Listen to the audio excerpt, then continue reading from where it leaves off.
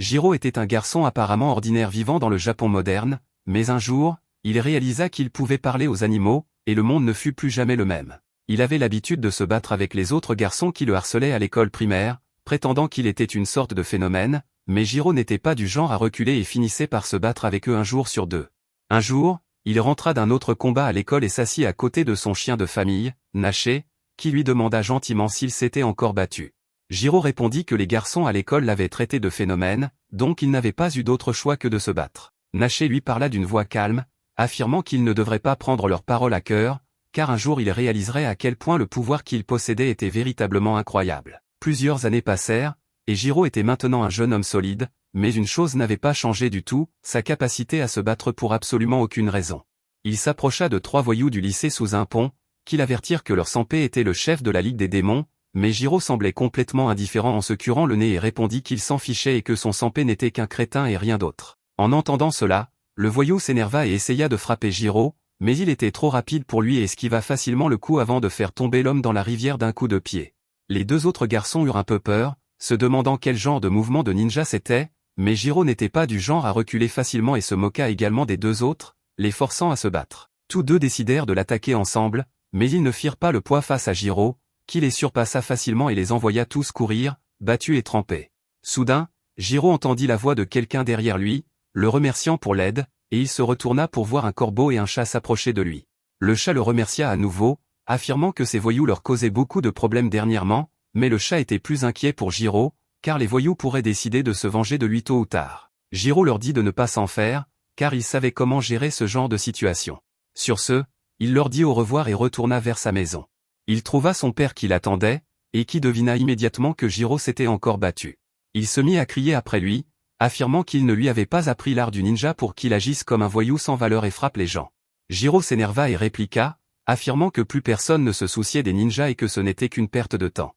Cela mit son père en colère, et il lui lança des pointes de lancer par colère, que Jiro esquiva rapidement. Son père sortit un katana et lui dit que c'était un héritage familial transmis par leur lignée depuis l'époque d'Edo, quand leur famille l'avait reçu du shogun lui-même pour sa bravoure sur le champ de bataille. Il dit à Jiro d'agir comme un adulte, car c'était lui qui perpétuerait leur lignée familiale, mais Jiro ricana devant son père, affirmant que l'épée devait être une réplique inoffensive et rien d'autre. Cela mit son père en colère, et il dégaina la lame, prêt à montrer à son fils à quel point l'épée était réelle, tandis que Jiro courait partout en implorant son pardon.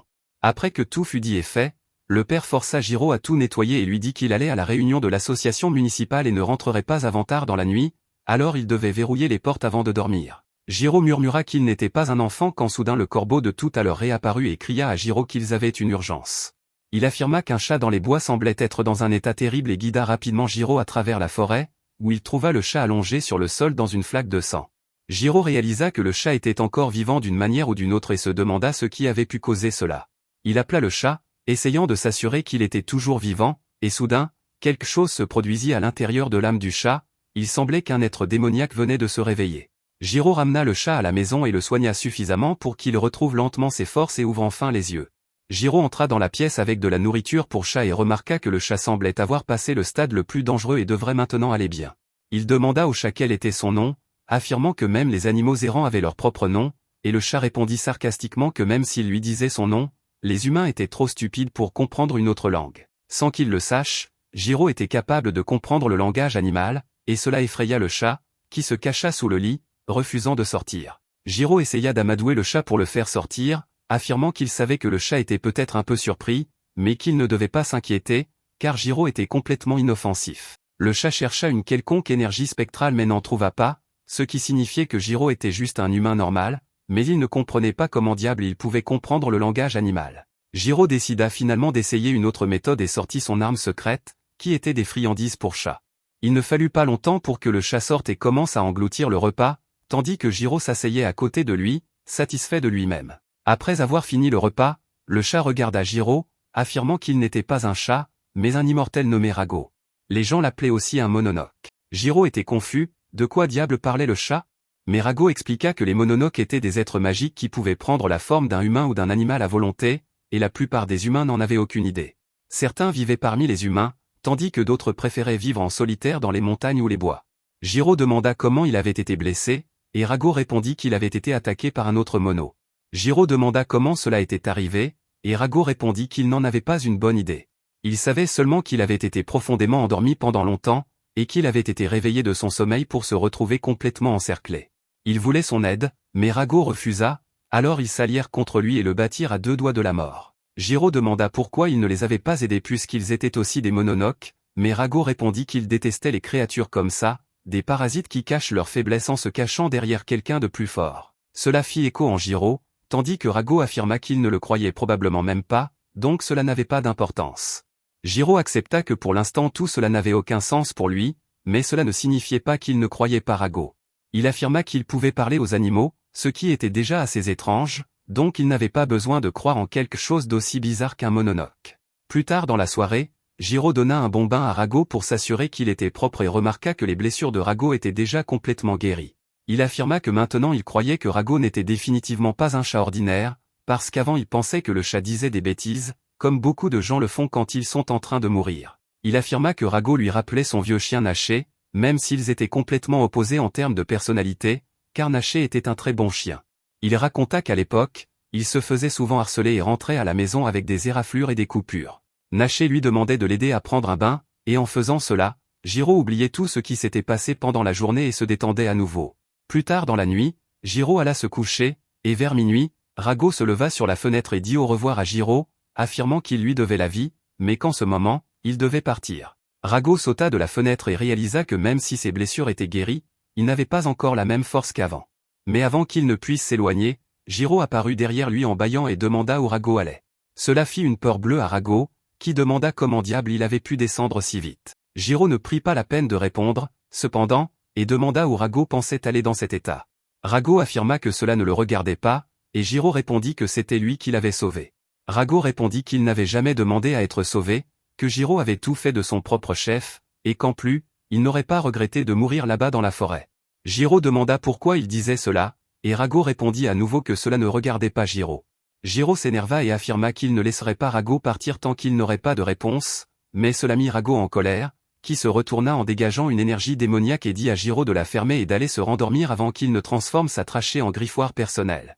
Il dit à Jiro qu'il ne devait pas oublier qu'il était un mononoke, un spectre mangeur d'humains, donc il serait préférable qu'il s'éloigne de lui dès que possible. Jiro fut choqué d'entendre cela, et à ce moment, une autre voix les interrompit. Jiro se retourna et aperçut un homme immense debout dans la cour à côté d'eux. Rago réalisa qu'il avait manqué son occasion de s'enfuir, tandis que Jiro se retourna pour faire face à l'homme immense et demanda s'il aimait entrer dans les maisons des autres sans y être invité. L'homme affirma que Jiro devait la fermer, car il allait bientôt être dévoré. Sur ce, il transforma son bras en un bras démoniaque et tenta de briser Jiro en deux, mais Rago fit un dropkick pour écarter Jiro du chemin et s'enfuit dans la forêt, forçant l'énorme mononoke à le poursuivre. Jiro était trop choqué pour bouger, tandis que Rago essayait de distancer la bête qui le poursuivait, sachant qu'il devait juste prendre de la distance. Mais à cause de ses blessures, il n'était pas à pleine force, et l'énorme mononoke le frappa en plein vol pour le plaquer au sol. Le mononoke rit de Rago, affirmant qu'il n'était pas très impressionné par la légendaire étoile du destin, et lui dit de venir calmement avec lui, car il ne voudrait pas tuer un autre mononoke. Rago s'énerva et se mit à dégager une énergie démoniaque en affirmant que tout ce qu'il voulait, c'était obtenir ses pouvoirs, alors s'ils étaient prêts à les payer de leur vie, ils étaient les bienvenus pour l'emmener. Les deux démons se préparèrent pour un affrontement, mais juste au moment où ils allaient s'attaquer, Jiro apparut de nulle part avec son épée et trancha le bras de l'homme, le forçant à reculer tandis qu'il se mettait à saigner. Rago était choqué et demanda à Jiro s'il avait une envie de mourir, lui disant de s'enfuir. Jiro affirma que si Rago mourait maintenant, alors tout ce qu'il avait fait pour le sauver serait vain, et il ne laisserait pas cela arriver. Rago lui dit avec colère de s'éloigner, car ce n'était pas une bagarre de rue entre garçons, mais il était trop tard maintenant. Le démon géant s'énerva et se transforma en un monstre bizarre qui ressemblait à un Bigfoot. L'énorme monstre fut étonné que Jiro ne semble pas impressionné par sa taille immense ni par le fait qu'il soit un démon mangeur d'humains, alors il attaqua Jiro directement pour voir ce qu'il pouvait faire. Rago pensa que Jiro était fini, mais à sa grande surprise, Jiro réussit à s'échapper et apparut derrière lui avec une épée. Ce que Jiro n'avait pas prévu, c'est que le monstre soit si rapide, car il apparut derrière Jiro en plein vol et le transperça avec son doigt, en faisant une brochette. Jiro se mit à cracher du sang, mais il essaya quand même de balancer son épée, cependant, le monstre était trop rapide et l'esquiva à nouveau. Jiro tomba au sol dans une flaque de son propre sang, et la vie commença à quitter ses yeux. Rago s'approcha de lui, complètement abasourdi, pensant à quel humain étrange était Jiro. Il avait sauvé un Mononoke sans raison et était prêt à donner sa vie pour sauver une bête qui le mangerait dès qu'elle en aurait l'occasion. Le monstre Bigfoot rit de Jiro et dit à Rago qu'il n'avait dû rien manger depuis un moment et qu'il devait avoir faim, alors il devrait manger l'humain pour retrouver ses forces afin qu'il puisse avoir un meilleur combat. Rago se retourna avec de la colère dans les yeux et dit au Mononoke de la fermer, affirmant qu'il allait bientôt mourir. Sur ce, il pensa à comment il pourrait manger Jiro et retrouver toute sa force, mais il ne le ferait pas après ce que Jiro avait fait pour un Mononoke. Au lieu de cela, Rago rassembla toute sa puissance spectrale et la déversa dans Jiro, sacrifiant sa propre forme pour sauver la vie de Jiro. Le monstre fut horrifié et hurla à Rago, lui demandant comment il avait pu donner ses pouvoirs à un humain, mais Rago lui dit de se taire, et Jiro se releva une fois de plus. Il n'avait aucune idée de ce qui se passait, mais Rago lui dit de se concentrer sur le combat pour l'instant. Il esquiva les attaques continues du monstre tandis que Rago lui disait de se préparer à attaquer. Jiro affirma qu'il n'y avait aucun moyen qu'il puisse faire quoi que ce soit à ce monstre, mais Rago lui dit de ne pas s'inquiéter et de simplement frapper le Mononoke au bon moment. Jiro crut en lui et synchronisa parfaitement le timing. Avec les pouvoirs de Rago, il anéantit complètement le monstre, le déchirant en 2 morceaux et le tuant. Mais avant qu'il puisse comprendre ce qui lui était arrivé, une femme lui planta un couteau sur la gorge et lui dit de ne pas bouger. Soudain, un type apparut en fumant une cigarette et lui dit de ne pas s'inquiéter, car ils n'étaient pas des Mononoke, mais de simples fonctionnaires du département de l'espionnage. Il affirma qu'il plaçait Jiro en détention, mais Jiro essaya de répliquer et reçut immédiatement un coup à l'arrière de la tête de la part de la femme, qui l'assomma. Les soldats, habillés comme des Stormtroopers, commencèrent à se disputer entre eux sur qui s'occuperait du corps inconscient de Jiro, car ils avaient peur de lui, mais avant qu'il ne puisse prendre une décision, la femme qui avait braqué son couteau sur Jiro décida de régler la situation en traînant Jiro par la jambe, comme s'il s'agissait d'une carcasse qu'elle venait d'abattre. Pendant ce temps, Jiro était perdu dans ses rêves, où il se retrouva dans une zone complètement blanche et aperçut Rago debout devant lui, ressemblant à une brume. Rago affirma que Jiro avait lui-même un énorme trou béant dans la poitrine, ce qui confondit Rago jusqu'à ce qu'il baisse les yeux et aperçoive un énorme trou. Mais avant qu'il ne puisse s'inquiéter, il finit par ouvrir les yeux et se retrouva dans un lit d'hôpital. Avec un mal de tête, il s'assit sur le lit et vérifia sa poitrine pour s'assurer qu'il n'y avait pas de trou. Une voix le surprit, la fille qu'il avait ramenée était assise à côté de lui sur son téléphone, faisant défiler des vidéos, et dit à Jiro qu'il avait dormi plus d'1 jour et demi et se présenta comme Ikai. Avant que Jiro ne puisse poser d'autres questions, elle appela directement son supérieur et l'informa que Jiro s'était réveillé et semblait assez lucide pour avoir une conversation. À ce moment-là, elle fut distraite quand une brume noire s'échappa de Jiro et prit la forme d'un chat sur le dessus de sa tête. Jiro était agacé que Rago soit assis sur sa tête, et les deux recommencèrent à se disputer, tandis que la fille essayait de les calmer tous les deux, affirmant que c'était un hôpital.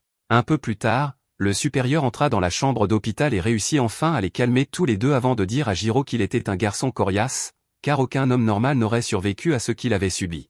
Sur ce, il se tourna vers Rago, qui ressemblait à un esprit sombre, et lui demanda comment il se sentait, mais Rago était beaucoup plus méfiant envers ces gens et dit à l'homme de s'occuper de ses affaires s'il tenait à sa vie. L'homme réalisa que Rago était beaucoup plus prudent qu'il ne l'avait anticipé et ne lui faisait pas confiance, mais en même temps, il ne semblait pas non plus vouloir causer de réels dommages. Pour gagner leur confiance, l'homme décida de faire un tour de présentation formelle et se présenta comme Sheba du bureau de l'espionnage. Jiro intervint, affirmant qu'il savait pour qui il travaillait, car il l'avait déjà dit avant. Ce que Jiro voulait savoir maintenant, c'est pourquoi ils avaient été pris en charge par eux. Sheba fut surpris que Jiro se souvienne de tout cela même après avoir reçu un coup sur la tête. Il se tourna vers lui et demanda s'il savait quelque chose sur un groupe appelé Aniwabin. Jiro leva un sourcil, car il avait entendu son père en parler, et répondit qu'il savait qu'ils existaient à l'époque du shogunat d'Edo et qu'ils étaient des agents secrets choisis par le shogun lui-même. Sheba fut honnêtement surpris que Jiro sache tout cela et répondit que leur travail ne s'était pas arrêté à l'époque d'Edo. En fait, ils avaient été transmis à travers le temps jusqu'à nos jours, où ils étaient connus sous le nom de bureau de l'espionnage. Il affirma que la collecte de renseignements et de contre-renseignements dans leur propre pays et à l'étranger était leur pain quotidien, et de plus, leur travail consistait également à trouver et détruire les Mononoke. Il continua en disant que les Mononoke créaient rarement de grands incidents, et que les grands incidents étaient généralement causés par les humains eux-mêmes, donc la plupart du temps, leur travail tournait autour de la garde de VIP et de l'enquête sur des organisations dangereuses. Sheba affirma que son département spécifique se concentrait sur les Mononoke, ce qui signifiait qu'ils n'avaient généralement pas grand-chose à faire, mais récemment, leur installation avait été attaquée par une bande de Mononoke, et le Rago qui se trouvait maintenant à l'intérieur du corps de Jiro avait été scellé dans cette installation. Jiro réalisa que c'était ce que Rago entendait par « je dormais profondément et j'ai été réveillé brusquement ». Sur ce, Sheba affirma que c'était maintenant à son tour de poser des questions et demanda comment exactement Jiro avait fini avec Rago en lui. Jiro leur raconta toute l'histoire, et la fille Ikai était au-delà du choc. Elle demanda à quel point Jiro pouvait être stupide pour fourrer son nez dans des affaires qui ne le concernaient pas et ensuite essayer de sauver un Mononoke. Jiro répliqua en lui disant de la fermer, car elle n'était pas là et ne connaissait pas la situation. Sheba interrompit leur dispute et dit à Jiro qu'il savait peut-être déjà cela, mais que la fusion de Rago avec lui pourrait être permanente, et qu'il n'y aurait peut-être aucun moyen de les ramener à leur état normal, mais en même temps, il devait essayer de voir ce qu'il pouvait faire et obtenir plus d'informations. De plus, il savait que la bande de Mononoke voulait Rago, mais il ne savait pas exactement pourquoi, donc le bureau placerait Jiro sous sa protection pour le moment. Jiro n'aima pas la tournure des choses, mais Sheba affirma qu'il n'avait pas vraiment le choix, car une plainte pour personne disparue avait déjà été déposée pour lui. Il affirma que Jiro serait transféré dans un autre établissement le lendemain et l'avertit que l'hôpital avait de nombreux gardes, donc tenter de s'échapper serait complètement inutile. Jiro était assis seul dans sa chambre d'hôpital, s'ennuyant à mourir, se demandant s'il serait toujours coincé dans une réclusion solitaire comme ça. Rago rit, affirmant qu'il avait averti Jiro de ne pas s'impliquer, mais qu'il n'avait pas écouté. Il affirma que c'était le bureau qui l'avait scellé, donc il n'allait pas traiter Jiro comme un humain, et de plus, les Mononoke qui voulaient utiliser les pouvoirs de Rago étaient toujours là, et ils ne resteraient pas les bras croisés, ils essaieraient sûrement d'atteindre Jiro. Mais avant même que Rago ne puisse finir, Jiro commença à faire une colère et se leva du lit, disant à Rago de se préparer, car ils allaient s'évader d'ici. Il affirma qu'il n'allait pas rester assis et laisser quelqu'un d'autre dicter ce qu'il pouvait ou ne pouvait pas faire. Rago affirma qu'il y avait des gardes qui attendaient devant la chambre et qu'il n'allait pas aider Jiro à sortir d'un autre pétrin qu'il avait créé. Jiro affirma qu'il gérerait tout seul et regarda les corbeaux assis devant la fenêtre. Devant la chambre, 2 agents spéciaux étaient postés pour surveiller tout quand soudain ils entendirent un vacarme venant de l'intérieur, alors ils ouvrirent la porte seulement pour être attaqués par une volée de corbeaux sur ordre de Jiro. Jiro s'enfuit devant eux et s'échappa de l'hôpital vers sa liberté. Au coucher du soleil, il était sur un pont un peu éloigné de l'hôpital, remerciant les corbeaux pour leur aide et leur donnant un sac en plastique de friandises en échange de leur aide. Sur ce, Jiro retourna chez lui pour retrouver son père, mais son père finit par le trouver à la place, juste devant sa maison. Jiro essaya de trouver une excuse, mais son père ne répondit pas et lui dit de le suivre. Jiro marcha derrière son père, qui le mena sur un terrain vague, et quand Jiro demanda pourquoi diable il l'avait emmené ici, il reçut un coup de poing au visage qui l'envoya au sol. Jiro s'excusa d'avoir disparu pendant 2 jours, mais son père affirma que Sheba lui avait tout raconté et comment il avait été pris par le bureau de l'espionnage. Il affirma qu'il ne pouvait pas croire que son propre fils était fusionné avec un Mononoke. Jiro fut surpris et demanda comment diable il savait tout cela, et son père répondit qu'il savait tout parce qu'il avait lui-même été un membre du bureau de l'espionnage. Soudain, Rago sortit de Jiro sous sa forme spectrale, affirmant qu'il avait senti quelque chose d'étrange chez le vieil homme et son intention meurtrière, et qu'il savait maintenant pourquoi il se sentait ainsi. Le vieil homme répondit qu'il n'allait pas laisser le bureau ou un Mononoke l'exploiter, donc au lieu de cela, il allait tuer Jiro et Rago avant de se suicider également.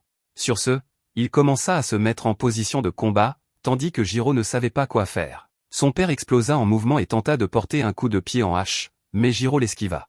Cela ne suffit pas, car le vieil homme combla la distance avant que Jiro ne puisse réagir et enchaîna une combinaison de coups de poing que Jiro ne put bloquer.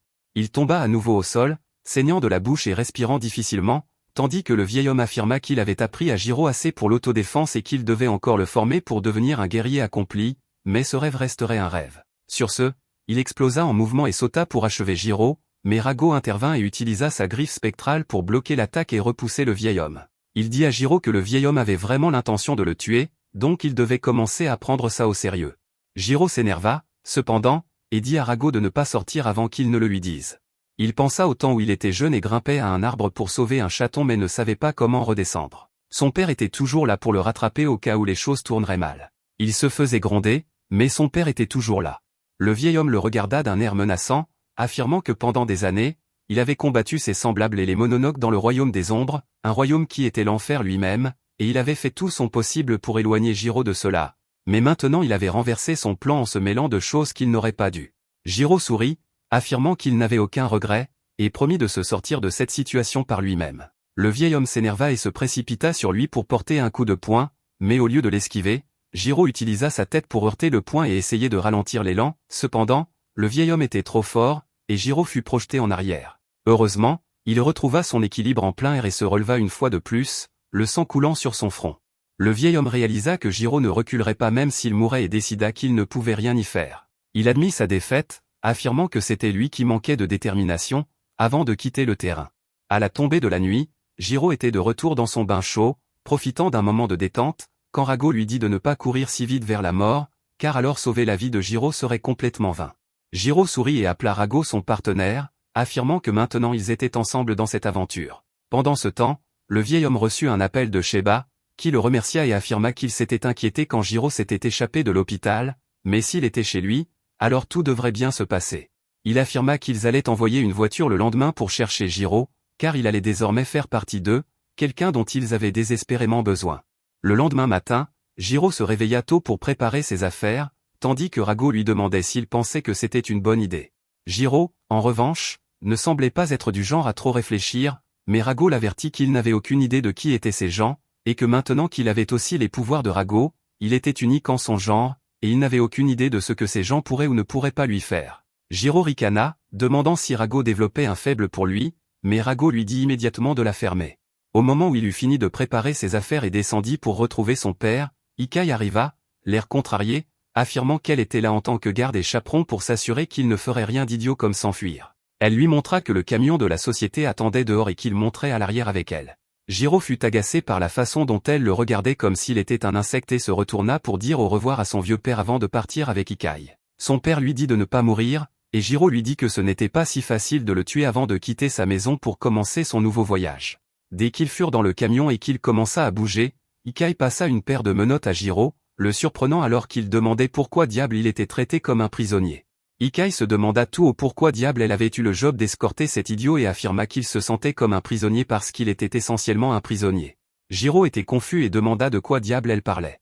Ikai répondit que le bureau était une agence créée pour combattre les mononoques, et qu'en ce moment, il était à moitié humain et à moitié mononoque, donc techniquement, il n'était rien d'autre qu'un mononoque prisonnier pour eux. Elle affirma qu'elle n'avait aucune idée de ce que les supérieurs voyaient en lui pour allouer autant de ressources sur lui, mais elle prenait son travail très au sérieux et ferait tout ce qui devait être fait. Jiro la regarda et affirma qu'il était gentil avec elle juste parce qu'elle était une fille, et que si elle avait été un gars, il aurait déjà réglé ça. Cela l'énerva, et elle frappa la paroi du camion juste à côté de son visage, créant une bosse et lui faisant peur. Elle lui dit qu'il y avait deux choses qu'elle détestait le plus, numéro 1, les mononoques, et numéro 2, les prétentieux sexistes comme Jiro. Elle lui dit que pour elle, il n'existait même pas, donc il ferait mieux de la fermer pour qu'elle puisse travailler en paix.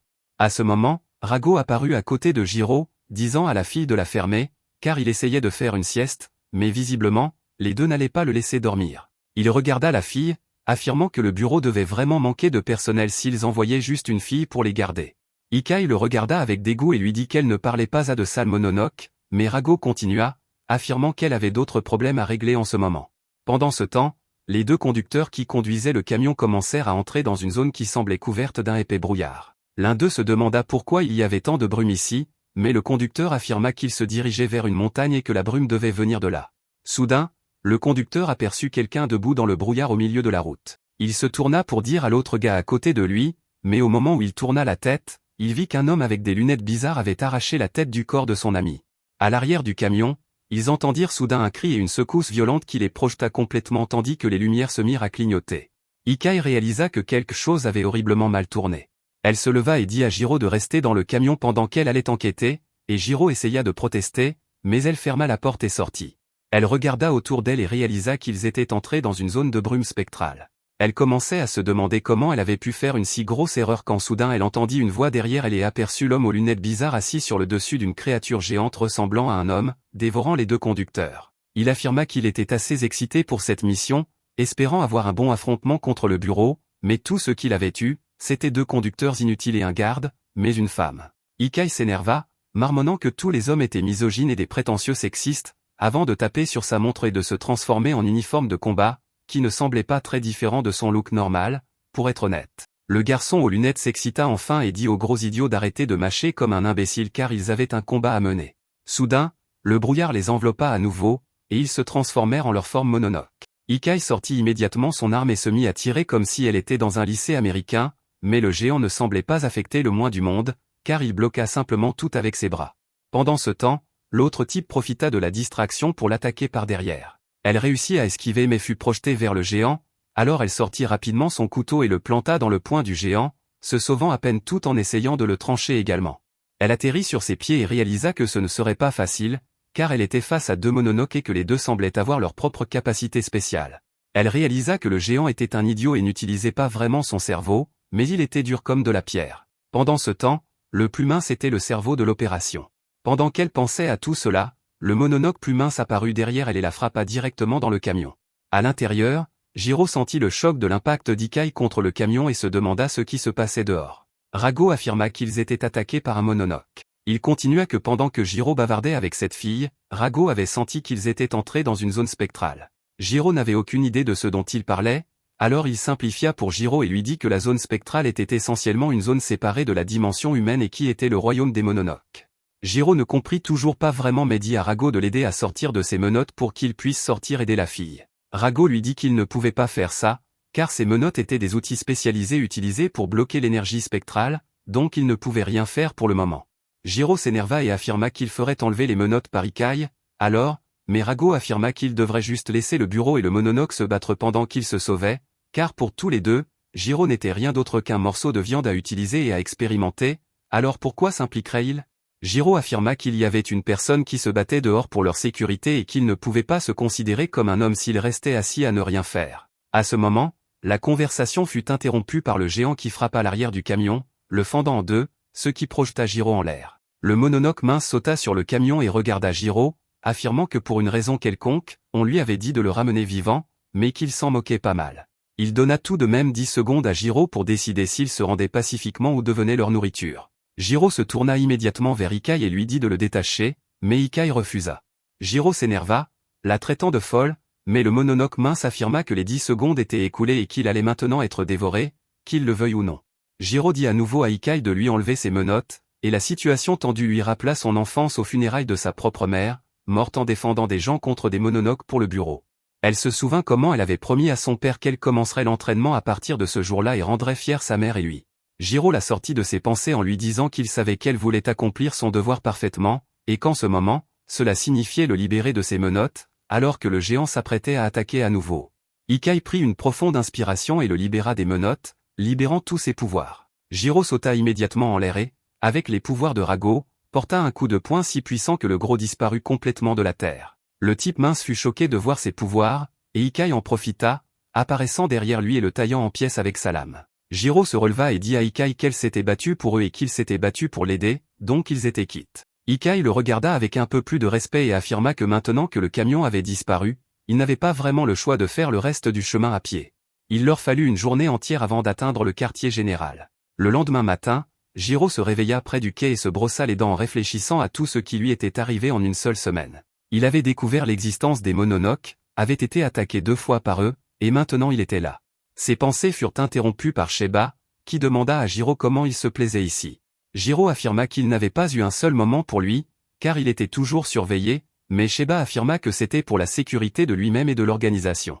Il affirma que c'était le quartier général de la 2e escouade, dans laquelle il commencerait également à travailler en tant qu'agent, et leur groupe allait s'appeler Black Torch.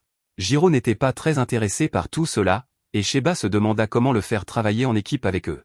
Soudain, une voiture arriva, et une jeune femme en sortit, leur souhaitant le bonjour. Sheba la présenta comme le chef adjoint nommé Anna, et en plus de cela, un autre jeune homme désespéré, à peu près du même âge que Jiro, sortit également de la voiture, chantant pour Anna et parlant de son incroyable talent. Sheba affirma que le gars s'appelait Ray. C'était aussi une recrue qui les rejoignait, mais il venait d'une famille d'espions notables, tout comme Ikai. Jiro n'aima pas du tout son allure. Une fois à l'intérieur de l'entrepôt, Ray s'approcha d'Ikai et la trouva belle, ce qui la fit rougir, tandis qu'il regarda Jiro avec dégoût, demandant comment diable un inconnu comme lui avait pu entrer dans son unité. Jiro se leva, et la situation commença à s'échauffer quand Sheba leur dit que c'était le moment idéal et organisa un combat entre eux. Ils sortirent de l'entrepôt et se préparèrent pour un affrontement afin de prouver qui était le vrai homme du groupe. Rago apparaît soudainement derrière lui, en bâillant, demandant pourquoi il ne peut pas simplement faire une bonne sieste sans être dérangé, et Jiro lui dit de retourner dormir car il ne l'a pas réveillé. Mais Rago prétend qu'il pouvait sentir les yeux de ce binoclard posé sur lui, le dévisageant, et qu'il ne pouvait pas l'ignorer. Jiro dit à Rago que le binoclard veut se battre contre lui, et c'est pour ça qu'ils sont là, mais Rago s'en moque éperdument. Ray se prépare avec son épée, et Jiro demande à Sheba pourquoi diable le 4 a droit à une arme alors que lui n'en a pas. Sheba répond que Ray appartient à une vieille famille qui servait le shogun, et que sa famille est spécialisée dans l'art du combat à l'épée. Il prétend que les ancêtres de Rei sont ceux qui ont appris au shogun et au prince à se battre à l'épée.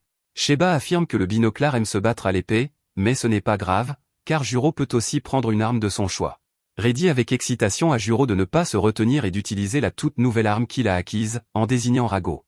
Juro répond en lui disant que Rago n'est pas une arme et n'est qu'un chat qui n'a rien à voir avec ce duel, car il s'agit d'un combat entre deux. Juro se tourne vers Rago et lui dit de ne pas interférer pendant le combat. Rago prétend que ça lui est égal et qu'il retourne dormir. Sur ce, il disparaît. Soudain, Rei laisse tomber son épée par terre et se retourne, affirmant que cela ne va pas être amusant de cette façon. Juro est confus, et le binoclard répond que c'est un handicap, car si Rei se battait comme il le fait habituellement, ce serait fini trop tôt, et ce ne serait pas amusant non plus pour les spectateurs. Il prétend qu'il fermerait même les yeux pour que le combat soit plus équilibré. Cela met Juro complètement en colère, alors qu'il se prépare, affirmant qu'il va fracasser sa tête à coups de poing.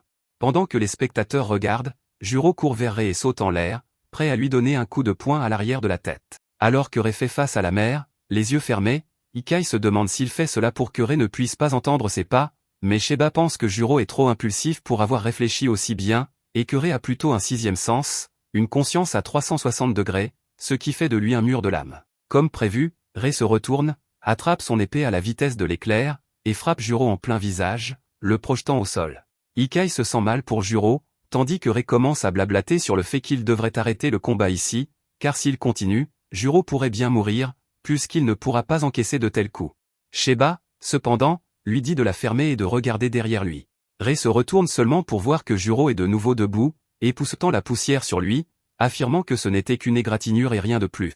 Rei doit admettre que Juro a pas mal de résilience. Juro prétend que son grand-père l'a frappé depuis qu'il est tout petit, donc le petit jeu d'épée de Rei ne lui fera rien. Entendre quelqu'un qualifier l'art de l'escrime de jeu déclencherait, car il affirme que l'art qu'il a reçu est dans sa famille depuis des siècles, et que c'est l'art de tuer. Manquer de respect à cet art est une offense passible de mort. Juro sourit simplement et dit au binoclard de venir le punir s'il le peut. Sheba réalise que quelque chose d'intéressant va se passer et dit à Ena de bien tout enregistrer. Juro se précipite à nouveau vers le binoclard, comme la dernière fois, et Rei pense que Juro est le genre de gars qui fonce toujours de la même manière jusqu'à ce que ça marche, mais cela ne sera pas efficace contre lui. Rei décide de tout finir d'un seul puissant coup de tranchant, mais à sa grande surprise, au moment où il frappe, l'épée de Juro se brise en deux, et il reçoit un puissant coup de poing en plein visage, qu'il envoie au sol tandis que du sang jaillit de sa bouche. Il réfléchit à comment cela a pu arriver et réalise que Juro visait son épée depuis le début. La première fois qu'il a été touché, il a cartographié l'attaque, et quand il a essayé la même chose la deuxième fois, Juro a pu chronométrer une contre parfaite. Juro rit et affirme que maintenant ils sont à égalité, mais qu'il n'a plus le soutien qu'il appelait son épée. Juro demande s'il veut admettre sa défaite, mais le binoclard est plus coriace qu'il n'en a l'air, car il s'essuie, remet ses lunettes et court vers lui pour un nouvel affrontement. Ils commencent tous les deux à se frapper, échangeant coup de poing après coup de poing, se frappant au visage à plusieurs reprises, et bientôt ils sont tous les deux assommés. Un peu plus tard, le binoclard se réveille et trouve Juro assis par terre, non loin. Juro dit au binoclard qu'il s'est réveillé il y a quelques minutes à peine, ce qui signifie que le combat est un match nul, mais le binoclard admet que Juro s'est réveillé en premier. Juro lui lance une canette de jus et prétend que le binoclard aurait pu le tuer avec la première attaque s'il l'avait voulu, et que la seule raison pour laquelle il a pu briser son épée lors de l'attaque suivante, c'est parce que c'était une réplique en bois. Si ça avait été une vraie épée, il aurait été fini, donc, en gentleman, Juro accepte sa défaite. Le binoclard est en fait surpris par la maturité soudaine de Juro, mais tout cela disparaît dès que le binoclard essaie d'ouvrir la canette, et la soda lui éclabousse dessus. Pendant que Juro rit comme un fou, affirmant qu'il l'a bien secouée avant de la lui donner, Rei lui renvoie la canette écrasée au visage, et ils rentrent tous les deux dans la cabane. De retour à l'intérieur, Ena semble inquiète pour les deux garçons, se demandant s'ils vont bien s'en sortir, mais Sheba affirme qu'aujourd'hui n'était qu'une activité amusante. Le vrai test commencera demain sur le terrain. Ena est surprise, affirmant que les deux garçons sont encore de parfaits novices, mais Sheba prétend que les missions en conditions réelles sont le meilleur entraînement pour tout le monde. Dès le lendemain matin, Juro, Ikai et Rei s'équipent pour leur première mission en équipe, et Ena n'arrive pas à contenir son excitation. Alors que Sheba les briefe, il leur dit d'appuyer sur le bouton à leur poignet gauche, et immédiatement le costume se transforme en leurs vêtements de tous les jours afin qu'ils puissent se fondre dans la foule. Sheba dit ensuite à Juro de double-cliquer sur le bouton, et au moment où il le fait, il devient complètement invisible pour les autres. Sheba affirme que le mode invisible est encore une nouvelle fonctionnalité et doit être utilisé avec parcimonie, car il a des effets négatifs sur les autres équipements. Il leur dit qu'ils apprendront le reste en les utilisant, et les charge dans une voiture avant de les emmener vers un sanctuaire. Juro se demande ce qu'il fiche dans un sanctuaire, mais Sheba affirme que le sanctuaire est l'un des lieux secrets du bureau, et qu'ils sont là pour quelques affaires. En chemin, Juro remarque un type en sweatshirt en train de manger une barre de chocolat comme un animal, mais il ignore l'homme et continue. Sheba tombe sur un des agents et commence à le supplier de les laisser utiliser l'installation. L'agent est un peu hésitant, affirmant que l'équipe de la division spéciale d'opération 1 est censée venir aujourd'hui, et que rien de bon ne sort jamais quand deux équipes se rencontrent. Sheba affirme qu'ils seront partis avant l'arrivée de la première division. Juro demande à Ikai, c'est quoi ce bordel, l'équipe de la première division? Et elle répond que c'est essentiellement les meilleurs opératifs du bureau. Ils ont le plus d'effectifs, et les agents sont tous la crème de la crème, ce qui est à l'opposé de leur équipe de la division 2. Sheba les emmène à l'intérieur et, par un escalier dérobé, les conduit dans une chambre souterraine en dessous. Il se retourne et demande à Rago si ça va aller, et Rago apparaît immédiatement et dit à Sheba de la fermer. Sheba rit et ouvre un coffre avant de révéler que c'est l'endroit où Rago a été scellé. Juro aperçoit un énorme rocher au milieu de la pièce, et Sheba explique que c'est l'un des rares sanctuaires contenant ces roches spéciales qui calment l'énergie spectrale, laissant le mononoke complètement sans défense. Sur ce, il prétend qu'il emmène Ikai avec lui pour interroger des gens en haut, et que Rei et Juro devraient interroger Rago sur le jour où il a été scellé. Sheba part alors, et Rago dit à Juro qu'il n'a aucune idée de ce qui s'est passé le jour de son scellement, car il ne se souvient de rien. Juro lui dit d'arrêter de plaisanter, car il est impossible qu'il ne se souvienne pas de quelque chose d'aussi important, mais Rago répond avec colère qu'il n'a pas besoin de mentir. Il ne se souvient simplement de rien. Avant que Juro puisse argumenter, réaffirme que l'amnésie n'est pas farfelue dans ce genre de cas, donc Rago dit très probablement la vérité. Il prétend que Rago a dû être transféré dans un rocher spécial comme celui-ci, ce qui est un enfer pour un mononoke, et que personne n'en sort indemne. Rago a dû avoir de la chance de n'avoir que de l'amnésie. Sur ce, il se tourne vers Rago et lui demande ce qui s'est passé le jour où il s'est réveillé de son sommeil. Rago répond qu'il s'est réveillé entouré d'un tas de mononoke dans cette chambre, et qu'ils lui ont fourré une tablette sous le nez, à travers laquelle un homme lui a parlé et a affirmé qu'il voulait que Rago leur prête son pouvoir afin qu'ils puissent éliminer les humains. Rago n'était cependant pas intéressé, alors il a réussi à tous les tromper et à s'enfuir de là avant que quiconque puisse agir. Juro pense que la seule façon de résoudre tout cela est de tabasser tous les ennemis qui se mettent en travers de sa route, tandis que Rei lui crie dessus et le traite d'idiot pour penser ainsi. Soudain, ils sont interrompus par le même homme en sweatshirt que Juro avait vu plus tôt. Il laisse tomber son chocolat et apparaît soudainement entre Juro et Rei tout en parlant à Rago. Juro et Rei réagissent tous les deux par un coup de poing, mais le type est trop rapide, il disparaît et réapparaît devant eux. Rago dit à Juro qu'il doit faire attention à celui-ci, mais Juro est excité à l'idée de se battre, alors que lui et Rei se transforment en leur costume, se demandant en quel genre de mission cela va se transformer. Le gars en sweat à capuche les regarde avec un sourire aux lèvres et se présente sous le nom de Koga, le gars qui va devenir le seigneur de tous les mononoke de ce monde. Juro demande à Rei de quoi diable il parle, mais même Rei n'en a aucune idée. Koga continue de radoter en disant qu'ils auraient d'abord besoin d'un petit peu de puissance supplémentaire, et c'est là que Rago entre en jeu, car il est venu pour emmener Rago afin d'obtenir ce coup de pouce et de régner sur les autres mononoke. Juro rit de Rago, affirmant que quelqu'un semble être amoureux de lui, tandis que Rei envisage la possibilité que Koga essaie de les tromper, mais autant qu'il puisse en juger, il semble parler honnêtement. Rei prend la parole, interpelle Koga et lui demande pourquoi exactement il veut Rago pour lui-même, et Koga répond que les humains doivent être plus stupides qu'ils n'en ont l'air, car la réponse est simple, Rago est génial, un sacré badass, et c'est pour ça qu'il le veut. Rei se tourne vers Juro et affirme que Koga semble être intellectuellement limité, tout comme lui. Koga continue, affirmant que les mononoke ne sont pas aussi fragiles que les humains et sont en quelque sorte immortels. Ils mourront si on les coupe en morceaux, mais leur esprit survit, s'estompant lentement parce qu'ils n'ont pas de nourriture. Rago est différent à cet égard, il est essentiellement un générateur spirituel et ne manquera pas d'énergie spirituelle. C'est pourquoi, si un mononoke parvient à le mettre la main dessus, il deviendra véritablement immortel, et il vise exactement cela. Il fait soudainement pousser une corne sur sa tête et affirme qu'il deviendra immortel et se tiendra au sommet de tous les mononoke. Juro se prépare à en découdre, mais Rei lui dit de faire attention, car ils ne savent pas qui d'autre est avec lui, mais avant qu'il puisse terminer sa pensée, Koga apparaît devant lui aussi vite que l'éclair et lui donne un coup de pied en plein dans la poitrine, lui coupant le souffle avant de lui donner un nouveau coup de pied, le projetant près du rocher spectral. Avant que Juro puisse réagir, Koga l'attrape par le visage et l'enfonce dans le sol, affirmant qu'il n'a aucune utilité pour lui, à part le fait qu'il a toujours Rago lié à lui. Il se tourne ensuite vers Rago et le soulève comme un chaton errant, et commence à parler de la façon dont il libérerait bientôt Rago de l'idiot auquel il est attaché, et qu'ensuite, ensemble, ils pourraient régner sur tous les autres mononoke. Rago, cependant, brise ses rêves en le traitant de cinglé, affirmant qu'il ne va pas travailler avec lui et qu'il ne veut devenir le roi de personne, donc il peut emporter son royaume ailleurs. En entendant cela, Koga se met à pleurer et à secouer Rago, lui demandant comment il a pu dire quelque chose d'aussi insensible, mais à ce moment-là, Juro lui dit de la fermer, car sa voix est irritante, et il attrape ses pieds pour l'empêcher de s'éloigner. À ce moment-là, Rei se met également en position, et avec une vitesse incroyable, il envoie une entaille aérienne vers Koga, le poussant hors de Juro et lui causant quelques dégâts. Il dit à Juro que Koga doit être un adversaire vraiment redoutable, car son attaque aurait dû trancher n'importe quel Mononoke normal en deux, mais elle a à peine éraflé Koga. Il affirme que tôt ou tard, les gens au-dessus réaliseront qu'ils sont en difficulté, mais ils ne peuvent pas attendre leur aide et devront gérer ce problème par eux-mêmes. Koga leur crie de se taire, car il prétend que les humains sont tous des faibles, mais ils font semblant d'être forts juste parce qu'ils sont plus nombreux que les Mononoke et pensent posséder cette planète. Il se tourne vers Rei et affirme qu'il va mourir le premier, mais que Juro devra vivre, car il va être un porteur pour Rago, mais il va retirer les mains et les pieds de Juro pour sa propre commodité. Il déclare qu'il va maintenant montrer qui est le maître et qui est le serviteur, et sur ce, il utilise son sang pour créer une énorme arme, prête à attaquer. Il saute sur eux et balance son énorme lance, tandis que Juro et Rei esquivent tous les deux. À travers la poussière, Koga continue son assaut et décide de s'attaquer d'abord à Rei, l'attaquant. Rei parvient à bloquer l'attaque avec son épée, mais l'attaque est si puissante qu'elle brise son épée en 2 morceaux.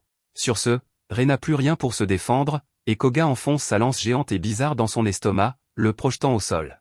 Rei crache du sang de la bouche, réalisant que Koga est bien plus fort qu'il ne le pensait initialement, mais Juro vient à sa défense et tente de l'attaquer par derrière, mais Koga est trop rapide et parvient à bloquer l'attaque avec sa lance avant de se fâcher contre la puissance de Juro et de le frapper d'un poing, lui demandant où diable est la puissance que Rago lui a donnée. Le coup envoie Juro voler et retomber au sol une fois de plus. Koga se dirige vers Rago, affirmant qu'il va bientôt le sortir de cet humain pathétique et qu'il se sentira à nouveau vivant, mais Juro parvient à se relever une fois de plus, affirmant qu'il n'est pas sa valise pour transporter Rago. Sur ce, il fait appel au pouvoir de Rago, et Rago est d'accord que Koga est assez dément et a besoin d'une bonne raclée. Le pouvoir combiné crée une aura noire autour du poing de Juro alors qu'il frappe Koga en plein fouet, provoquant un énorme nuage de poussière. Rei est choqué par la puissance de Rago, mais alors que la poussière retombe, il réalise que Koga a encaissé le coup et a été assez blessé, mais il va toujours parfaitement bien. Il commence à agir bizarrement à nouveau, demandant à Juro de lui confier Rago, s'il vous plaît, car il aime le pouvoir qu'a Rago, mais Juro refuse. Soudain, Koga réalise que des renforts arrivent, et en ce moment, il n'est pas en état de les affronter, alors il décide de filer pour l'instant. Il dit à Juro qu'il devrait faire attention à sa bouche, car elle finira par le tuer un jour. Sur ce, il crée un portail et s'en va, alors qu'Ishika arrive en courant avec un autre homme plus âgé nommé Toke, qui appartient à la première escouade. Ils sortent de l'installation et s'assoient à l'extérieur près du sanctuaire, tandis que Shiba parle au chef de la première escouade, qui l'avertit que ses pitreries aboutiront à une audience disciplinaire. Il lui dit de se détendre, mais elle s'éloigne simplement dans son fouet, laissant Shiba et son équipe derrière. Shiba se retourne, pensant à comment, dans son esprit, Rei et Juro ont tous deux réussi le test d'entrée, car ils ont tenu bon contre un Mononoke sérieusement puissant. Il demande à Rei s'il va bien, mais Rei n'a pas aimé sa performance, car il pense à quel point il a été complètement inutile et impuissant pendant que le Mononoke le tabassait de tous les côtés. Il pense que, sans son uniforme, il serait déjà mort alors qu'il est. Ishika pense que si elle avait été assez forte, elle aurait réalisé que quelque chose n'allait pas et aurait peut-être pu l'aider, tandis que Juro pense à ce que diable Koga veut de lui et de Rago. Shiba leur dit de ne pas s'inquiéter de ce qui s'est passé aujourd'hui, car ce n'était qu'un exercice de cohésion d'équipe, et maintenant il sait qu'ils pourront mieux travailler ensemble. Le lendemain matin, il les prépare pour une séance d'entraînement, affirmant qu'aujourd'hui serait le jour du conditionnement. Avant qu'ils puissent expliquer correctement ce qui allait se passer pendant l'entraînement, une jeune fille apparaît au sommet de l'installation, en riant, et saute vers eux en espérant planer ou quelque chose comme ça, mais évidemment, la petite idiote s'écrase directement sur le sol avant de se relever, affirmant que c'est elle qui va les entraîner aujourd'hui. Sur ce, elle va s'asseoir sur les épaules de Shiba, tandis que Shiba explique que la fille s'appelle Fuyo et qu'elle est un Mononoke. Il leur dit que, bien que le bureau élimine tout Mononoke qu'il voit, il épargne également ceux qui sont amicaux et adopte une approche plus collaborative avec eux. Fuyo les avertit qu'elle n'est pas du genre à s'incliner devant des humains, comme devrait le montrer le fait qu'elle est assise sur un humain. Elle se tourne ensuite vers Rago et affirme qu'il a l'air assez mignon et câlin pour un sale errant, tandis que Rago la traite de minuscule avorton. Ils commencent tous les deux à se disputer en s'insultant, mais Shiba leur dit d'arrêter, car l'entraînement va commencer. Il dit aux 3 recrues que les Mononoke sont capables d'induire l'hypnose et des hallucinations, donc chaque agent devrait être capable de se libérer de telles choses. La séance d'entraînement d'aujourd'hui portera justement là-dessus. L'objectif est simple, sortir sain et sauf du sort d'hallucination de Fuyo. Sur ce, Fuyo se prépare et lance un sort floral qui enferme les 3 recrues dans un lotus fermé. Une fois à l'intérieur, Rei se retrouve dans un étang peu profond entouré de lotus. Il avance, se demandant quel genre de monde c'est et comment il va pouvoir sortir d'ici. Soudain, il se retrouve au bord de l'étang et aperçoit une grotte familière devant lui. Il essaie de se rappeler que ce n'est qu'une illusion, mais il remarque alors un jeune homme aux cheveux blancs sortant de la grotte, l'épée à la main.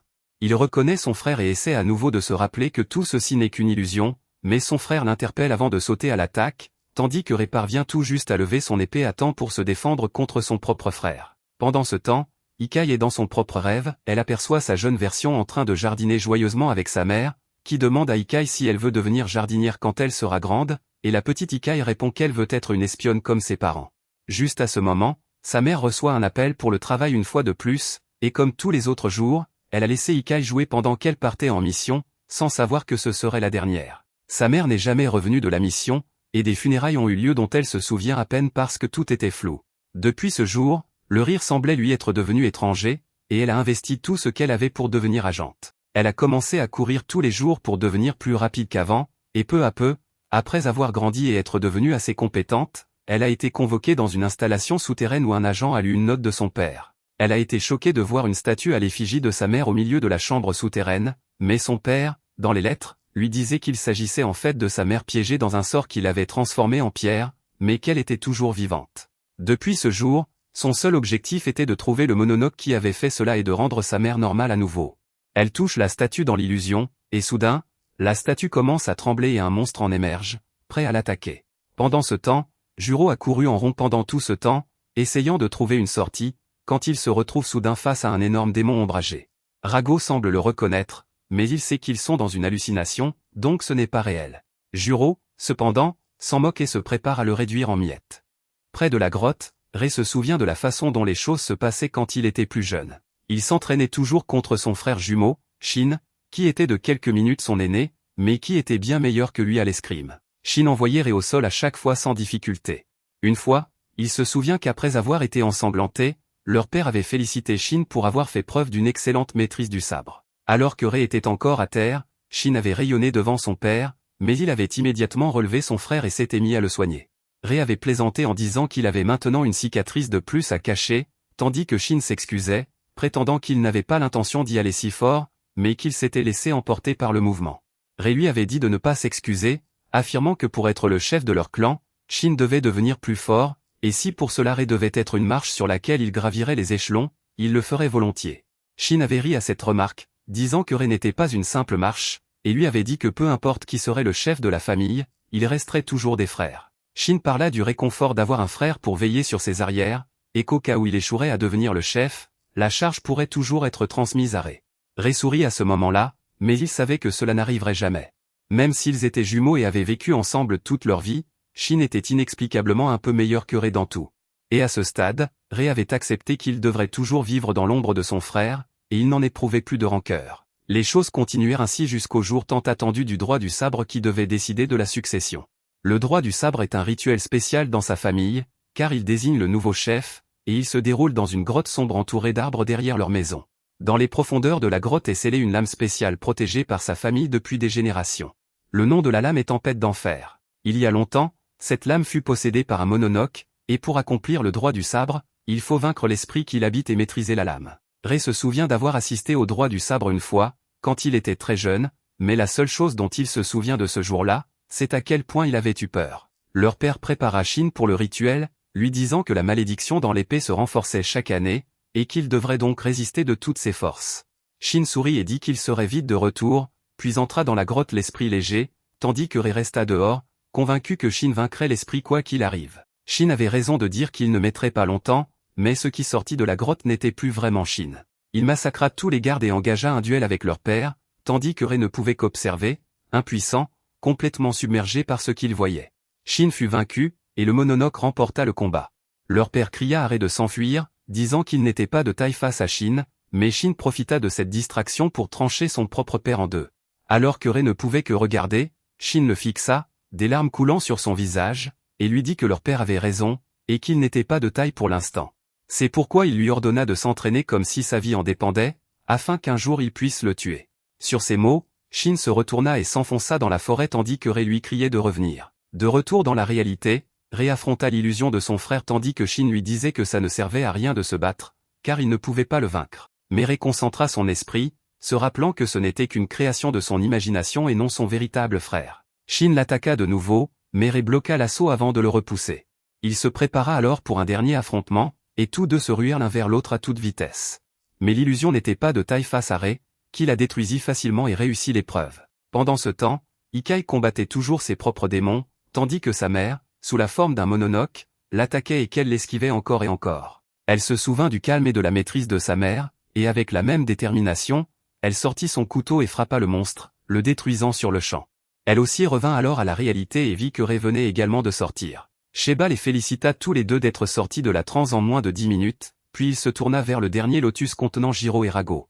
Il se demanda comment ils se débrouillaient, car ils étaient un cas particulier dans ce dispositif. Le test du lotus révèle les insécurités les plus profondes cachées dans l'âme, mais dans leur cas, deux âmes étaient fusionnées en une seule. À l'intérieur, Jiro esquivait les attaques du monstre les unes après les autres, mais réalisa que cette créature était trop rapide pour sa taille, et il se demanda ce que diable pouvait bien être cette chose. Le monstre rit et répondit qu'il allait lui montrer ce qu'il était vraiment, puis explosa et se mit à poursuivre Jiro pendant qu'il fuyait. Dehors, Fuyo comprit que quelque chose avait mal tourné, et en ouvrant les yeux, elle remarqua que son lotus rose était devenu noir comme du jet. Sheba demanda ce qui n'allait pas, et Fuyo répondit qu'elle avait perdu le contrôle du lotus, et qu'elle pensait que c'était à cause de Rago. Elle dit qu'habituellement, elle gardait le contrôle total et pouvait interrompre la session d'entraînement si les choses devenaient trop dangereuses, mais qu'actuellement elle n'avait aucun contrôle, et que Jiro devrait s'en sortir par lui-même, sinon il serait écrasé à jamais dans le lotus. À l'intérieur, Jiro et Rago furent soudainement transportés dans une autre époque. Ils regardèrent autour d'eux et se retrouvèrent près du sanctuaire où se trouvait la roche d'obsidienne noire dans laquelle Rago fut scellé, mais au lieu d'être sous terre, elle se trouvait au sommet du sanctuaire. Hautain, Rago ne savait pas où ils étaient quand ils entendirent soudain la voix d'un jeune homme courant vers le temple et remerciant le seigneur Rago pour la récolte abondante que leur village avait eue. Rago et Jiro furent choqués d'entendre cela, mais ce qui fut encore plus surprenant, c'est que Rago apparut près du sanctuaire et dit au jeune homme qu'il n'avait pas besoin de venir chaque jour et qu'il n'avait rien fait pour la récolte abondante. Le jeune homme sourit et répondit que dans d'autres villages, les mononoques et les démons se battaient et tuaient des humains jour après jour, mais grâce à Rago, ils avaient trop peur pour venir dans ce village, protégeant ainsi les habitants. Rago détourna le regard et affirma qu'il ne faisait pas tout cela pour les sauver ou autre, c'était juste qu'il aimait cet endroit et voulait y rester. Le jeune homme dit que par sa seule présence, les villageois étaient en sécurité, et cela le rendait vraiment heureux. Sur ce, le jeune homme laissa un radis et du poisson pour Rago et quitta le sanctuaire, promettant de revenir le lendemain. Jiro réalisa soudain que cela semblait être une époque complètement différente, et ce qu'il pensait fut dit à haute voix par le démon, qui affirma que nous étions en 1730. Avant que Rago ne soit scellé dans la pierre d'obsidienne, il dit que c'était une époque où les mononoques n'étaient pas un mythe connu seulement de quelques-uns, mais qu'ils étaient très connus du peuple, qui les craignait et les vénérait. Juste à ce moment, Jiro remarqua un jeune homme aux cheveux blancs s'approchant du sanctuaire avec un sourire, saluant Rago et l'appelant un vieil ami. L'homme s'approcha de lui, demandant pourquoi diable il devait vivre dans un endroit avec un aussi gros rocher d'obsidienne de la mort, qui était fondamentalement un poison pour eux, mais Rago se contenta de manger son poisson, répondant que cela tenait les autres mononoques à l'écart et lui apportait un peu de paix. Le vrai Rago réalisa soudain qu'il se souvenait de cette voix, et après réflexion, il se rappela que c'était la personne qu'il avait contactée juste après sa libération du rocher. L'homme aux cheveux blancs dit à Rago que les humains changeaient de comportement et tuaient désormais les mononoques. Rago semblait s'en moquer et dit que certains mononoques devenaient trop arrogants et tuaient des humains de sang-froid, donc cela devait arriver. L'homme aux cheveux blancs répondit que ce n'était pas seulement cela, c'était aussi le fait qu'ils formaient une force anti-mononoque organisée, soutenue par le shogun lui-même, et qu'avec une force organisée, ils traquaient les mononoques un par un. Il dit que certains mononoques avaient même rejoint les humains pour sauver leur peau, et que cela changeait l'ordre naturel où les mononoques chassaient les humains et où les humains les craignaient et les vénéraient. Rago dit qu'il s'en fichait toujours et demanda ce qu'il voulait. Soudain, un groupe de mononoques apparut de nulle part, et l'homme aux cheveux blancs dit à Rago qu'il préparait sa propre force pour contrer les humains et qu'il voulait que Rago se joigne à eux. Rago refusa catégoriquement, disant qu'il ne voulait pas faire partie de tel groupe. Les mononoques devant lui se mirent à crier, disant qu'ils ne comprenaient pas l'ampleur de la situation, et certains demandèrent s'il était du côté des humains. Mais l'homme aux cheveux blancs les fit taire et se tourna vers Rago, déclarant qu'un mononoque de sa force et de son pouvoir ne serait pas ignoré. Il promit de revenir le lendemain et dit à Rago de réfléchir, mais Rago lui dit de ne pas revenir, car sa réponse ne changerait pas. Le lendemain matin, Amaji, l'homme aux cheveux blancs, revint au sanctuaire, disant qu'il venait pour sa réponse et pour savoir si Rago se joindrait à eux ou non. Rago lui dit une fois de plus qu'il n'était pas intéressé, mais il remarqua alors du sang dégoulinant de sa main, tandis qu'Amagi riait, prétendant que le village était vraiment agréable, fertile et rempli d'humains, alors il avait pris une collation en chemin. Dans sa main se trouvait la tête tranchée du jeune homme qui apportait du poisson à Rago chaque jour. Cela fit basculer Rago, qui se transforma en un énorme monstre, faisant réaliser à Jiro que le monstre qu'il combattait auparavant n'était autre que Rago lui-même. Amagi se transforma immédiatement en Mononoke tandis que Rago chargea un sort magique et le frappa de plein fouet dans une rage aveugle. La puissance de Rago était si grande que tout dans la région, le sanctuaire, la montagne, les forêts, tous les Mononoke qu'Amagi avait amenés, et même tous les villageois furent complètement anéantis. Amagi lui-même perdit un bras et était dans un état terrible, déclarant que Rago était aussi fort qu'il l'avait imaginé, mais qu'avec la destruction de tout le village, les humains se retourneraient contre lui et finiraient par le traquer, donc la meilleure chose à faire pour lui serait de rejoindre les Mononoke. Mais Rago réfléchit un moment, se souvint comment le jeune homme l'appelait le sauveur du village, et après le carnage qu'il venait de commettre, il décida qu'il ne prendrait aucun parti et s'avança vers l'obsidienne de la mort. Amagi lui cria d'arrêter, mais Rago fusionna avec l'obsidienne, se scellant dans le rocher pour l'éternité. Ils revinrent bientôt dans l'état onirique avec le fantôme de Rago devant eux, furieux que Rago ait fusionné avec un humain et pris parti alors qu'il avait décidé de ne jamais choisir de camp. Le monstre les attaqua, mais Jiro sauta hors de portée et demanda à Rago s'il devait en finir avec cette mascarade. Rago donna tous ses pouvoirs à Jiro, et ils se préparèrent au combat. Dehors, Fuyo continua de s'efforcer de reprendre le contrôle du lotus, mais échoua à plusieurs reprises. Soudain, une fissure apparut sur le lotus noir, et une énorme main démoniaque brisa le lotus, suivi de Jiro et Rago qui en sortirent, furieux d'être les derniers à avoir terminé l'épreuve. Peu après, autour de Soda, Jiro raconta tout ce qu'il avait vu, et Sheba réalisa qu'ils avaient découvert des informations vraiment intéressantes. Anna demanda si elle devait en faire rapport au supérieur, mais Sheba refusa, disant qu'ils utiliseraient ces informations comme levier, et commença à élaborer un plan pour aller de l'avant et trouver le Samoji.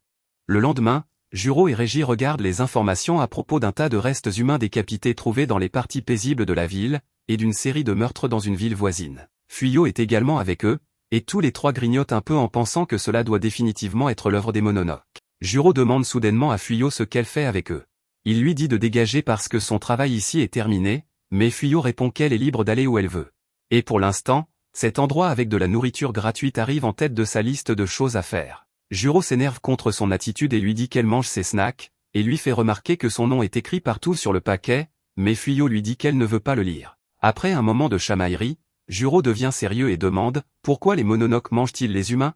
Parce que Fuyo est parfaitement capable de manger de la nourriture normale. Elle répond que les Mononoke peuvent manger toutes sortes de choses, mais qu'il n'y a rien comme l'énergie vitale des humains pour augmenter leur force et monter de niveau. Juro se souvient qu'Amagi a dit quelque chose comme ça pendant qu'ils étaient dans les rêves de Rago, et Régie réalise que les récents meurtres ne sont pas juste un acte de guerre aléatoire, mais que les Mononoke sont en train de rassembler de la force. Juste à ce moment, le journaliste partage une information de dernière minute et dit qu'un brouillard mystérieux entoure la ville voisine de Hirasaka, tandis que toutes les routes qui y mènent ont été complètement fermées. Au même moment, Sheba rencontre une blonde nommée Toko, qui est sa supérieure. Il lui donne le rapport sur l'incident d'entraînement avec Juro et Rago, mais Toko n'est pas intéressée par cela. Elle comprend qu'il y a autre chose que Sheba lui cache, et il finit par lui parler du Mononoke nommé Amagi. En échange de cette information, il demande à Toko de laisser son équipe rejoindre l'enquête sur les récents homicides qu'elle mène. Toko refuse immédiatement, mais Sheba lui demande de l'écouter. Il affirme que son équipe a montré de vrais résultats jusqu'à présent, et en plus, tous les incidents impliquant des Mononoke relèvent de leur juridiction. Il dit à Toko qu'elle pourrait donner une chance à son équipe de faire ses preuves, et s'ils la déçoivent, elle peut le renvoyer ainsi qu'eux. C'est certainement une offre tentante, mais avant qu'elle puisse donner une réponse, Toko reçoit un appel inquiétant de son subordonné, et Sheba réalise qu'elle pourrait finalement avoir besoin de son aide. Bientôt, tous les journalistes de la ville se rassemblent à l'extérieur de la ville de Hirasaka pour faire un reportage sur le brouillard mystérieux.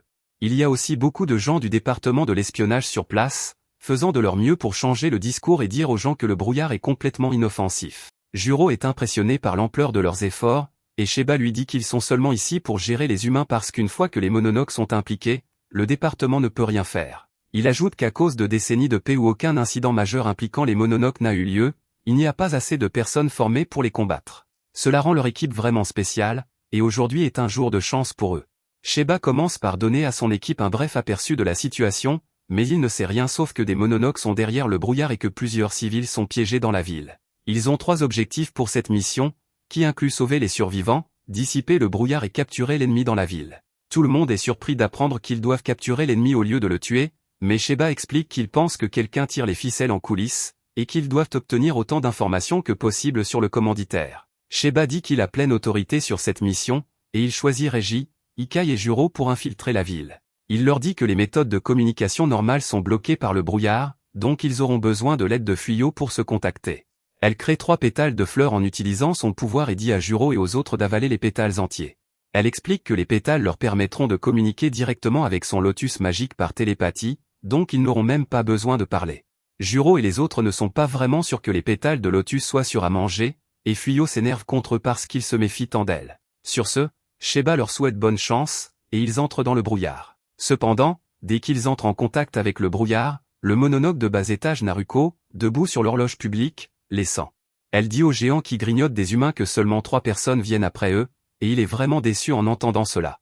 Il demande au 3e mononoke avec eux comment se passe la préparation du dîner, et le type masqué nommé Roren répond qu'ils n'ont rassemblé qu'environ 200 personnes après les avoir hypnotisés.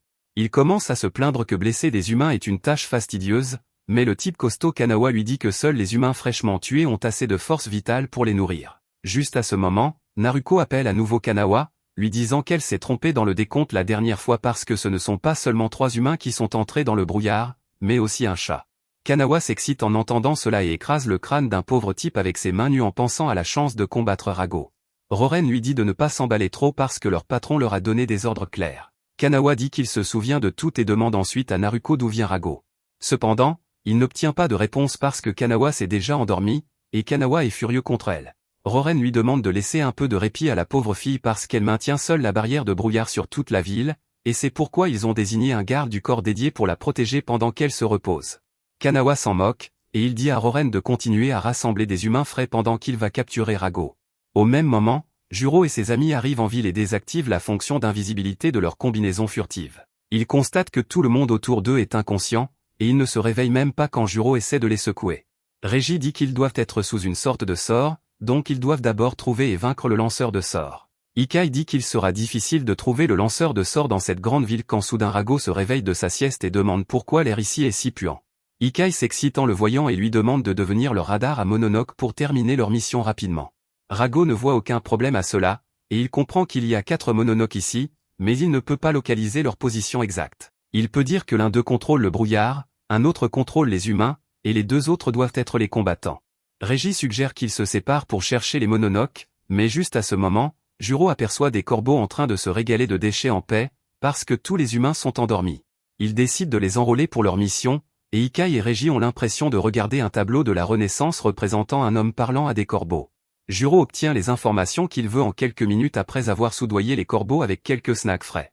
Il dit à ses amis que 2 Mononoke font du mal aux humains à l'intersection, tandis que les 2 autres sont dans le parc central. Il suggère qu'ils se divisent en 2 équipes, et Régie dit immédiatement que lui et Ikai iront à l'intersection, tandis que Juro et Rago iront au parc. Juro savait qu'il dirait cela, et il accepte le plan, mais juste au moment où ils s'apprêtent à se séparer, Kanawa atterrit juste derrière eux, les laissant stupéfaits. Il regarde tout le monde un par un, et un large sourire s'étend sur son visage quand il voit Rago. Juro dit à ses amis que les plans ont changé et qu'ils doivent se séparer pour couvrir l'intersection et le parc parce que lui et Rago resteront pour s'occuper de ce colosse. Ikai dit qu'ils peuvent l'aider à combattre, mais Juro sait que Kanawa veut combattre Rago, et il prévoit de satisfaire ses souhaits. Régie et Ikai partent, et Kanawa est surpris que Juro soit resté parce qu'il pensait que les humains soit se battent en groupe, soit s'enfuient. Juro fusionne avec Rago et dit à Kanawa d'arrêter de parler et de commencer à se battre. Au même moment, Ikai trouve Roren, et Régie atteint le gars émotif qui garde Naruko, et tous les 2 se préparent à se battre. Pendant ce temps, Kanawa jette sa veste pour montrer sa silhouette absolument sculptée et attaque Juro avec des poings capables de briser la terre. Cependant, Juro est beaucoup plus rapide et esquive facilement toutes ses attaques. Il réalise que Kanawa est tout en musclé sans cervelle, et ses attaques sont vraiment faciles à lire. Il décide d'utiliser cela contre le géant et esquive son poing au dernier moment pour qu'il soit complètement désarmé. Puis Juro rassemble le pouvoir de Rago dans son poing et envoie une bourrasque d'aura sombre vers Kanawa pour terminer le combat en un seul coup. Cependant, Kanawa reste ferme face à la puissante attaque et l'encaisse de plein fouet. Juro lui dit qu'il va être envoyé voler jusqu'en Chine, mais rien ne se passe, et Kanawa déchire son attaque avec ses mains nues. Juro n'en croit pas ses yeux et réalise que Kanawa est plus fort qu'il ne le pensait. Le guerrier Mononoke géant décide de révéler sa vraie puissance, et il se transforme en sa version améliorée avec un épais exosquelette poussant sur ses bras et sa bouche. Il dit que Juro n'est ni un humain ni un Mononoke, mais un hybride raté des 2, et qu'il n'a aucune chance contre le vrai de vrai. Sur ce, Kanawa abat sa griffe, et Juro ressent un poids immense l'écraser. Il est forcé de s'agenouiller sous la pression, et Kanawa dit qu'il n'est peut-être ni rapide ni assez intelligent, mais qu'il sait comment utiliser sa force et son poids à son avantage. Il demande à Juro ce que ça fait d'avoir le visage frotté dans la poussière parce que c'est ce que les Mononoke ont ressenti pendant des siècles à cause du groupe appelé Aniwabin. Kanawa raconte qu'il était autrefois vénéré comme un puissant dieu de la montagne. Les humains le respectaient, lui adressaient des prières et lui offraient des sacrifices, et en retour, il les protégeait. Cependant, ensuite sont venus les Aniwabin, et ils ont retourné ses fidèles contre lui. Les villageois ont commencé à comploter pour l'assassiner, et quand il l'a appris, Kanawa les a tous tués. Il soulève ensuite Juro avec sa griffe invisible et dit que les Mononoke ont été persécutés par les Aniwabin, alors ils se sont cachés dans l'ombre en attendant que les Aniwabin perdent son pouvoir. Maintenant, ce temps est venu, et les Mononoke vont prendre leur place au sommet de la chaîne alimentaire. Kanawa commence à écraser Juro avec sa griffe invisible, disant que si c'est tout ce que Rago peut faire, ils n'ont même pas besoin de lui, et il peut être un sacrifice pour amener l'ère glorieuse des Mononoke. Au même moment, Ikai fait face à Roren, qui dit que son attitude hautaine est ce qu'il déteste le plus chez les humains, et cela le fait presque vomir. Il dit à Ikai que si elle tombe à genoux et le supplie, il pourrait envisager de la laisser vivre. Ikai ne lui laisse pas le temps de dire un autre mot et saute vers lui, lançant une puissante estocade. Cependant, Roren esquive facilement et dit que si elle veut un combat, il va le lui donner. Il brandit son drapeau, envoyant une bourrasque de vent sombre vers elle, et quand les vents passent, Ikai se retrouve debout sur une porte qui s'élève au-dessus des nuages. Roren lui dit que son sort affecte complètement l'esprit de ses cibles, et si elle tombe d'ici, elle mourra pour de vrai. Il commence à parler de la façon dont il a utilisé ses pouvoirs pour faire voir aux humains des illusions, allant des meilleures choses possibles que l'on puisse imaginer aux horreurs de l'enfer. En retour, il a pu voir un large éventail de leurs émotions, et cela lui a fait ressentir quelque chose qu'il ne peut pas décrire. Ikai dit que les humains ne sont pas ses jouets, et Roren dit qu'il les considère plutôt comme des animaux de compagnie. Il transforme ensuite son drapeau en lance et attaque Ikai rapidement, la poussant vers le bord. Cependant, elle attend le bon moment et attrape la lance, projetant Roren au loin. Malheureusement pour elle, il est le maître de l'illusion, et il fait pousser des ailes noires pour voler au-dessus d'elle. Ikai s'énerve contre lui, et Roren décide de la taquiner encore plus en transformant ses vêtements en uniforme de collégienne. Elle est troublée mais réalise que ce n'est qu'une illusion et qu'elle a toujours son arme. Elle décide de laisser Roren croire qu'il la confuse parce que cela lui donnera l'occasion de la battre pour de bon. Pendant que Roren continue de penser à ce qu'il devrait faire d'elle ensuite, Ikai active le mode furtif de sa combinaison et disparaît. Il est confus quant à ce qui s'est passé, et l'instant d'après, Ikai l'honorait de ses cuisses épaisses sur ses épaules. Elle coupe rapidement sa corne, et Roren commence à crier alors que son illusion se dissipe et qu'il tombe au sol. Ikai dit que les cornes sont le centre de contrôle du pouvoir d'un Mononoke, et maintenant qu'il en a perdu une, il ne peut plus contrôler ses sorts, ce qui signifie qu'il a perdu. D'un autre côté, Kanawa réalise qu'il n'a pas réussi à écraser Juro parce qu'il a abandonné sa combinaison au dernier moment et s'est échappé. Cependant, ce n'est pas ce qui préoccupe Juro parce qu'en ce moment, il a fusionné avec Rago plus intensément que jamais. Avec des oreilles de chat, des griffes et une queue faite d'aura noire, Juro demande à Rago ce qui se passe, et le chat noir répond qu'il n'est pas sûr non plus parce qu'au moment où Juro a enlevé son gilet, il a senti une puissance monter en lui. Juro se souvient que Sheba parlait d'un suppresseur spectral dans leur combinaison et se demande si cela retenait Rago. Alors qu'il est perdu dans ses pensées, Kanawa l'attaque, et Juro réalise qu'il n'a pas assez de temps pour esquiver. Rago agit de son propre chef et envoie un fouet d'aura sombre pour arrêter Kanawa, mais cela finit par couper le géant rouge en deux. Ni Juro ni Rago n'ont la moindre idée de comment cela s'est produit. Rago s'enfonce dans un raisonnement en réfléchissant à la façon dont il est soudainement devenu si puissant, et il réalise qu'il s'est nourri subconsciemment de la force vitale de Juro, ce qui l'a rendu si fort. Pendant ce temps, Régi doit encore commencer son combat avec son adversaire. Il lui dit de se rendre pacifiquement, mais alors le garçon émotif dévoile son épée. Régi se fiche parce qu'il a déjà vu cette arme auparavant, et alors que le type l'attaque, il réalise que c'est quelqu'un de son passé. Pendant ce temps, Juro contacte Sheba et Fuyo via le lotus magique pour les informer de la mise à jour de la mission. Il s'excuse car il s'est laissé emporter et a tué le type contre lequel il se battait au lieu de le capturer vivant. Sheba s'y attendait un peu, alors il lui dit de ne pas s'inquiéter car Ikai a capturé un Mononoke vivant, ce qui devrait suffire pour considérer cette mission comme un succès. Juro lui demande où en est Régi, et Sheba répond qu'ils n'ont encore reçu aucun rapport de lui. Juro dit qu'il va immédiatement vérifier son état, et Sheba lui dit de ne rien faire d'imprudent. Pendant ce temps, Rago est perdu dans ses pensées concernant l'impact négatif qu'il a sur Juro. Il sent que s'il continue de posséder le corps de Juro et d'utiliser son énergie spirituelle, il ne va pas rester humain encore longtemps. Soudain, Juro lui attrape l'oreille et crie dedans, lui demandant s'il est avec lui ou non. Rago est surpris par cela, mais Juro dit qu'il a essayé d'appeler son nom, mais qu'il n'a pas répondu, alors il voulait juste s'assurer qu'il ne dormait pas. Il dit ensuite qu'ils doivent aller vérifier l'état de Régis, et le chat noir a encore des doutes sur ce qu'il doit faire. D'un autre côté, Régis esquive la première attaque de son ennemi, sauvant de justesse son bras, mais subissant tout de même une profonde coupure au biceps. L'attaquant le félicite, disant qu'il a toujours été doué pour esquiver les attaques au dernier moment, mais qu'il semble s'être encore amélioré pendant leur absence. Eh bien, Régis dit à l'attaquant Shinji que c'est la mémoire musculaire qui lui a fait esquiver la dernière attaque parce que c'était le mouvement signature de Shinji et qu'il l'a utilisé contre lui d'innombrables fois. Shinji enlève sa capuche et demande à Régis s'il ne va pas l'appeler frère comme il le faisait autrefois. Régis répond que l'homme qu'il appelait son frère est mort le jour fatidique où il a échoué au rite de l'épée et que l'enfer tempétueux a avalé son âme. Il dit que son frère est mort, mais Shinji répond que, comme il peut le voir, il est toujours vivant. Il dit que l'enfer tempétueux n'a pas dévoré son âme et qu'il est toujours le même type qu'avant. Il déclare que si Régis ne croit pas ses paroles, il le fera croire en son épée. Il charge avec cela, et Régis dégaine son épée pour parer ses attaques. Alors qu'il croise le fer, Régis croit complètement qu'il se bat contre Shinji. Il est repoussé et demande à Shinji s'il est vraiment le même type qu'à l'époque. Pourquoi travaille-t-il avec les Mononoke maintenant? Shinji répond que c'est juste une question de commodité, et qu'il aurait aussi pu contrer le bureau depuis l'ombre. Il pointe ensuite son épée vers lui et le regarde d'un air menaçant, disant à Régis que tout est de sa faute. Il se souvient soudain de leur enfance lorsqu'ils apprenaient le maniement de l'épée auprès de leur père. À cette époque, Régis était le meilleur épéiste, et il a vaincu Shinji assez facilement.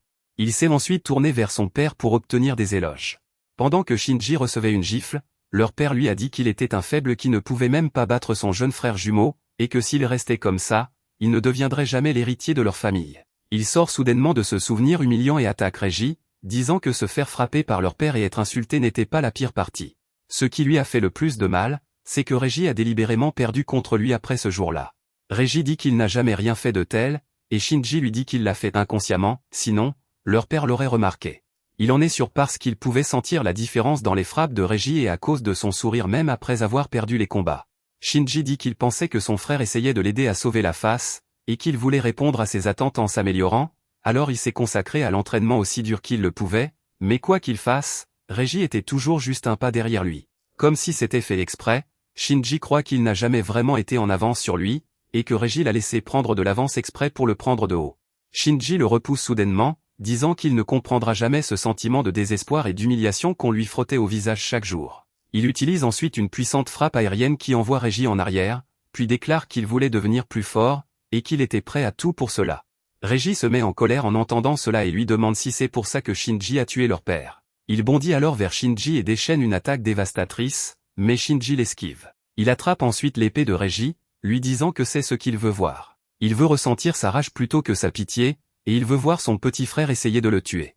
Régis est perturbé par le comportement inquiétant de Shinji, ce qui le distrait de l'attaque imminente. Shinji passe devant Régis après lui avoir porté un coup sérieux à l'estomac, et Régis tombe à genoux, se demandant si tout cela est vraiment arrivé à cause de lui. Shinji marche alors derrière lui et, au lieu de l'attaquer alors qu'il est sans défense, il s'excuse parce que la blessure est plus profonde qu'il ne le voulait. Il dit qu'il ne veut pas tuer son frère quand il n'est pas à son apogée, mais qu'il a déjà dit ce qu'il avait à dire. Il ramasse le fourreau de son épée et dit à Régis que c'était bon de le revoir, puis lui sourit en disant que la prochaine fois qu'ils se rencontreront, ce devrait être un vrai combat à mort. Il s'éloigne avec cela, et Régis est dévasté parce que le jour où Shinji a tué leur père, il l'a vu s'éloigner exactement comme ça, et il ne peut pas supporter tout ce traumatisme à nouveau.